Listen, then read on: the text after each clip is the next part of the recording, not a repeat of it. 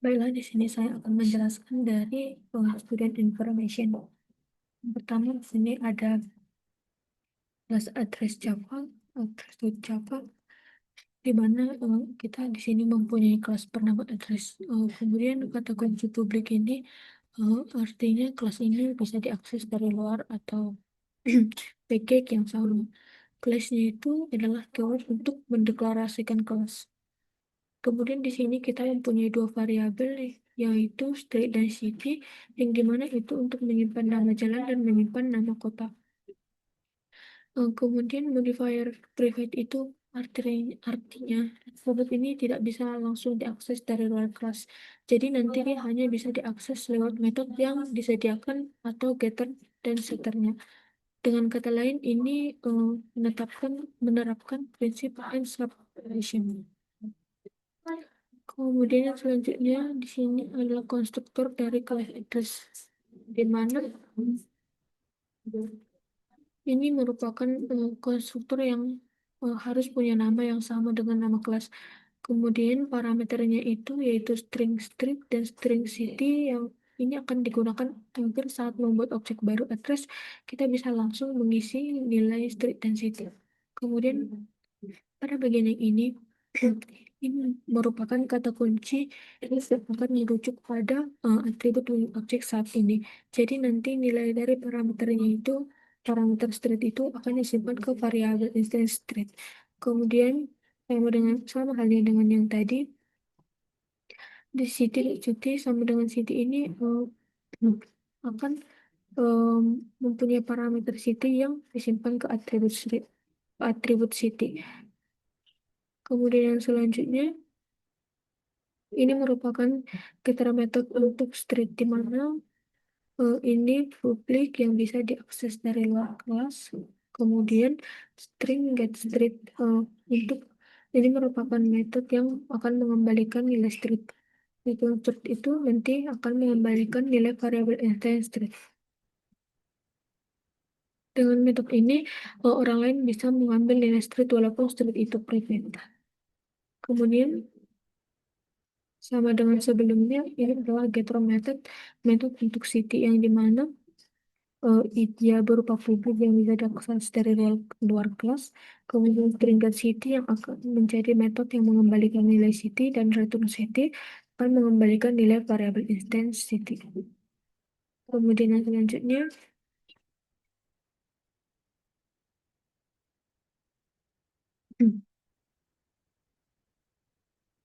pada bagian yang ini kita di sini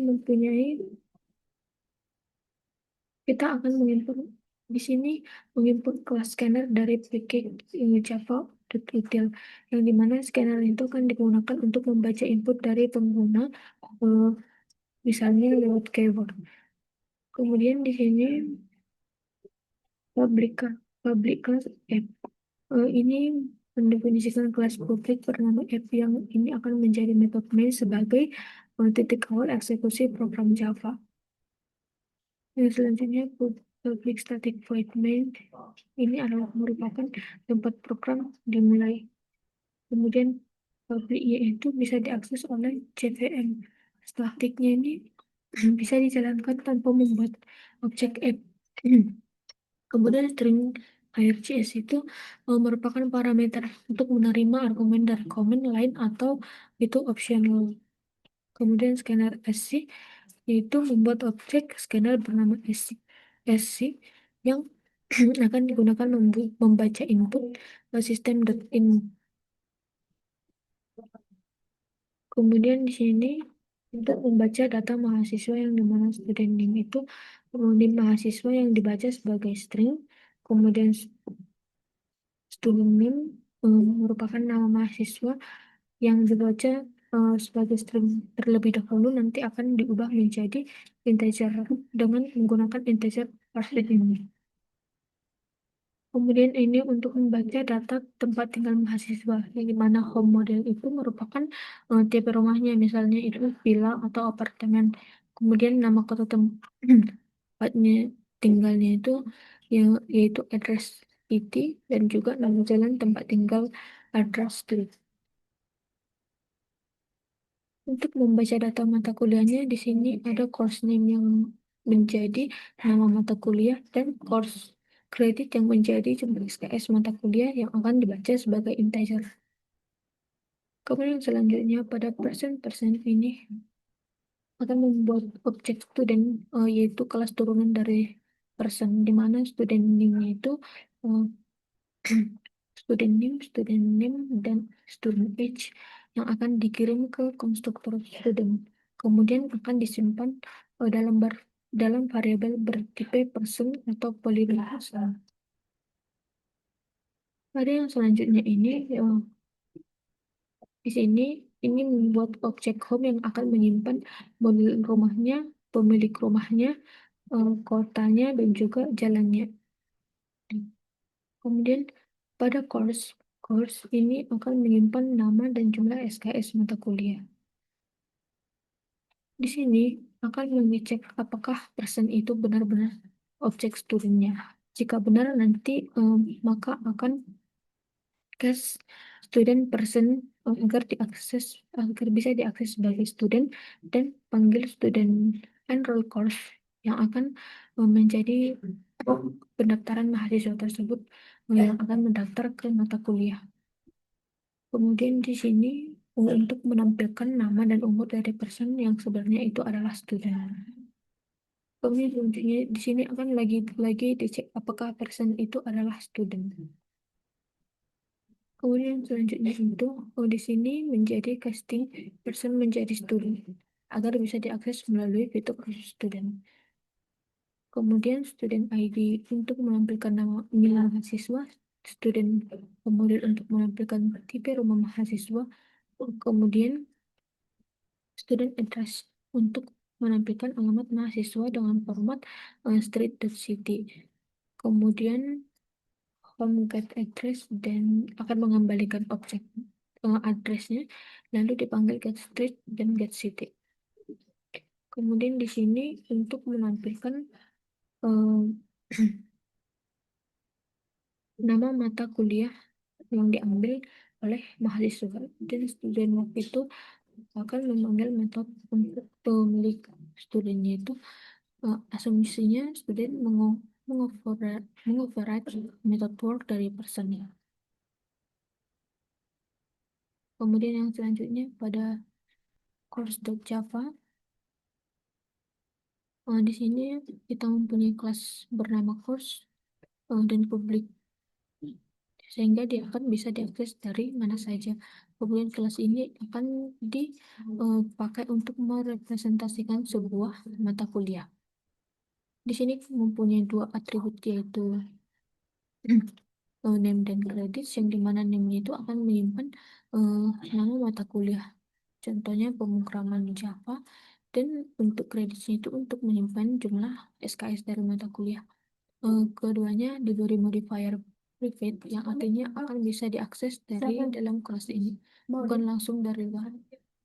Kemudian kalau mau di-copy pada bagian konstruktor ini akan dipanggil saat membuat objek course, di mana parameter name-nya itu dan kelasnya itu dikirim dari luar. This.name-nya itu name this this.name sama dengan name akan menyimpan nilai parameter name ke atribut kelas name-nya. Kemudian this.credits-nya itu sama dengan credits yang akan menyimpan nilai parameter credits ke atribut kelas credits-nya. Kemudian di sini um,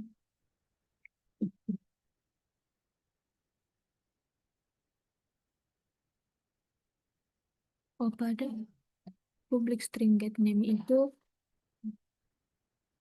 pada bagian yang ini akan menjadi getter method untuk mengambil nilai name. Karena name-nya bersifat private, jadi tidak bisa diakses langsung. Kita akan menggunakan metode get name. Kemudian begitu juga dengan getter method untuk mengambil nilai kredit atau jumlah SKS-nya. Kemudian kita lanjut ke home.java.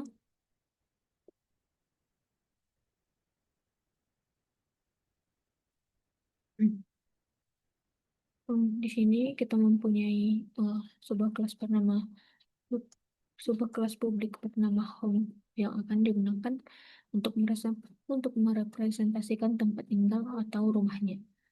Di sini ada tiga atribut, yaitu model yang menjadi DP atau jenis rumah, kemudian owner, yaitu pemilik rumah atau berupa objek person. Kemudian alamat address atau alamat rumah, yaitu berupa objek yang mempunyai street dan city. Ketiganya itu private, akan bisa diakses lewat metode getter, bukan langsung dari luar.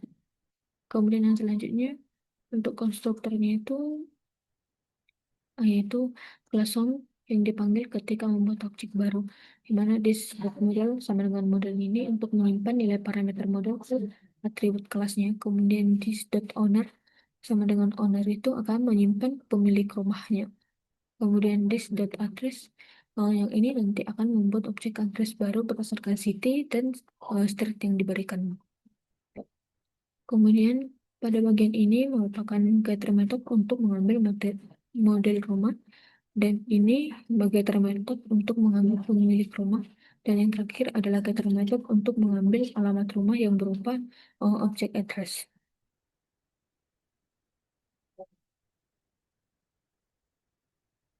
Kemudian yang selanjutnya di sini adalah uh, kelas yang bernama person yang akan dipakai sebagai representasi umum dari seorang manusia dengan identitas dasarnya, di mana kita mempunyai dua atribut yaitu name dan age, yang dimana itu untuk menyimpan nama orang dan menyimpan umur orang. Jadi ini juga private sehingga tidak bisa langsung diakses langsung dari luar kelas atau hanya menggunakan metode atau getter. Di sini ada konstruktornya itu yaitu nanti akan dipanggil untuk saat membuat objek person, yang dimana parameter name dan age-nya akan di luar dan akan diisi dari luar, dan ini akan menyimpan nilai parameter ke file name dan menyimpan nilai parameter ke file age.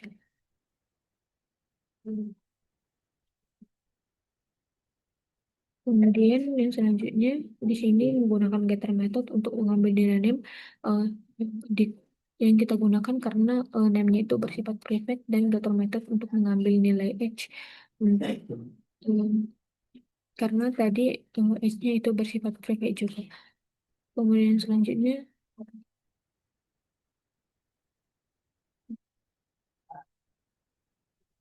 Java, yang dimana kita di sini mendefinisikan sebuah kelas publik bernama student.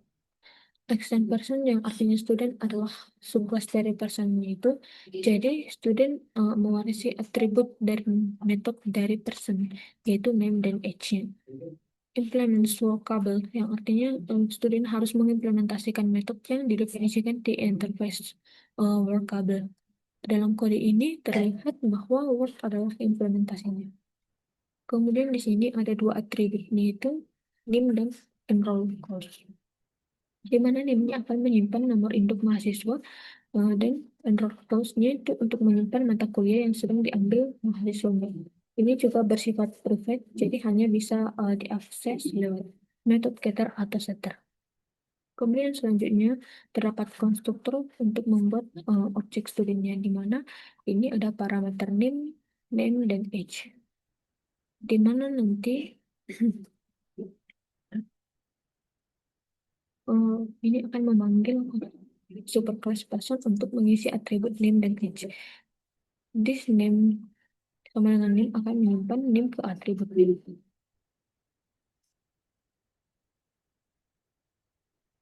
Di sini terdapat fitur metode untuk mengambil nilai name mahasiswa.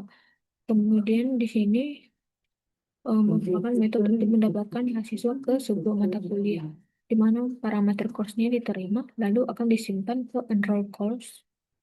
Dan yang selanjutnya di sini adalah getter method untuk mengambil mata kuliah yang sudah didaftarkan oleh mahasiswa.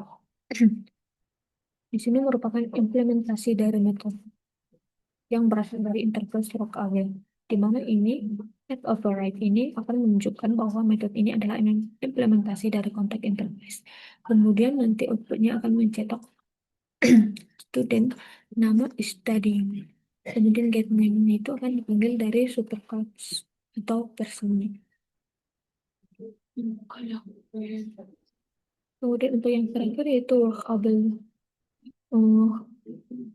the Java, di mana ini akan mendefinisikan sebuah interface publik bernama workable, yang dimana interface-nya itu mirip seperti konteks dalam OOP. Kemudian kelas yang implement interface ini wajib melakukan implementasi dari sebuah metode yang didefinisikan. Void work ini mendefinisikan sebuah metode bernama load yang dimana tidak ada body seperti ini karena di interface method hanya berupa deklarasi atau kontrak yang bukan implementasi. Kemudian kelas yang mengimplementasikan workable harus menuliskan isi method work seperti ini sendiri sesuai kebutuhan. Di sini kita akan memasukkan inputnya.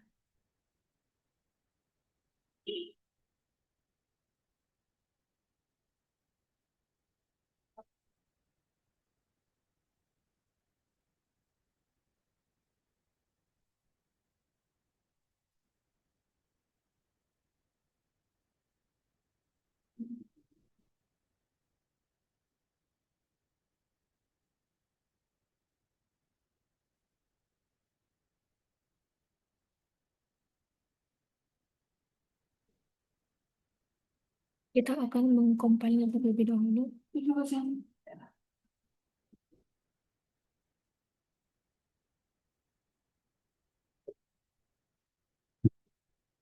sini dapat kita lihat ketika kita memasukkan inputnya, maka dia sudah keluar, yaitu person name, person age, student ID, student home model, student address, enrolled course, dan juga ini. Kemudian kita akan memasukkan input yang kedua.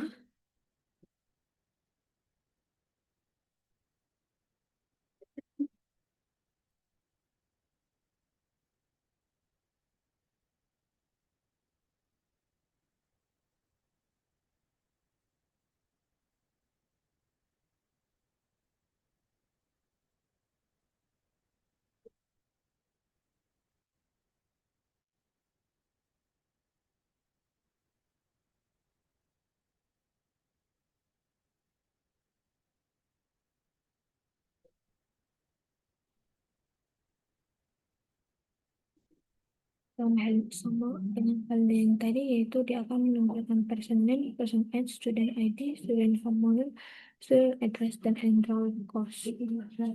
Baiklah, sekian yang dapat saya jelaskan. Terima kasih.